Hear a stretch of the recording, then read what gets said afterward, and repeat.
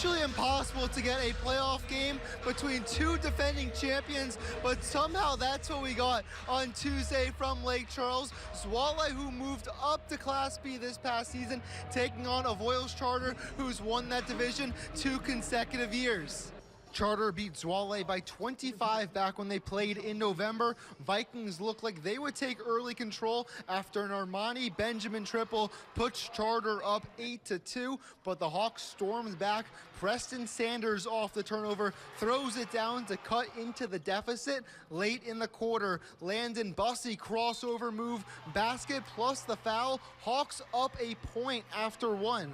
Benjamin brought Charter back in the second. The junior lets another triple fly to tie the game at 11. Still tied, Benjamin drives to the basket for the easy deuce, and why not keep shooting? Benjamin scored 14 of Charter's 18 first half points as the Vikings led by 5.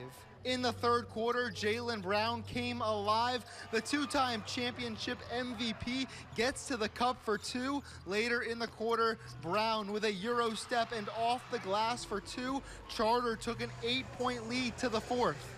Zwolle made a run at it in the fourth quarter. Sanders with a jumper, and it's just a 3-point game. Charter wouldn't let them get any closer. Brown with the jump shot. Then Kyrene Augustine finishes down low. Avoyelles Charter one win away from a three-peat after a 44-39 victory. It's how you respond to adversity. Like, we went through a little adversity. Same way it's gonna happen in life, where you're gonna have some adversity. It's how you come out of that and what defines you. And those guys found a way to come out of that. And so I'm guessing my message sometime to them got through their ears a little bit. Oh, it's extra motivation. You know, I don't want no regrets on anything. You know, it's my last year. I'm trying to go out with a bang. You know, and I'm willing to do anything I can to do that. Moving over to Cenla's second game of the evening slate, the Rosepine Eagles found themselves in the state semifinals for the first time since 1991, but it was a tall task ahead against the top-seeded Calvary Baptist. The Rosepine fans in full force on the short drive to Lake Charles. Calvary did have the early edge. Robert Wright with the dunk puts the Cavs up. Next trip down the floor, Wright to Ronald Strong from deep. Calvary already up 7, but Rosepine closed the quarter strong. Jacob Norris with the pull-up jumper, and then Hayden Brister gets into the lane. Eagles down just 5 after 1. Rosepine continued to claw back in the second. John Matthew Shell hoop plus the harm, but Calvary clutch at the end of the half.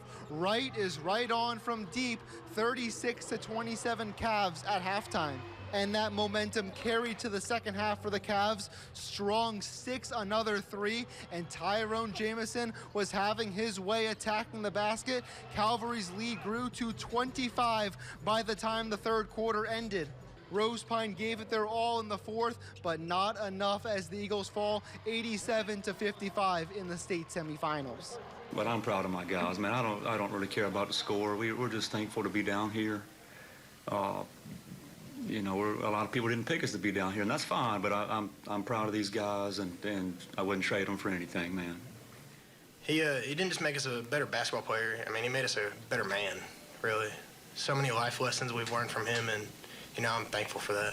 Looking ahead to Wednesday, 2 more Cenla teams are going to look to punch their ticket to the state championship game, starting in the evening slate when Peabody takes on Hannon, and then right after Marksville versus Red River in a rematch of last year's championship game when the Tigers won their first championship in program history. We're excited for that.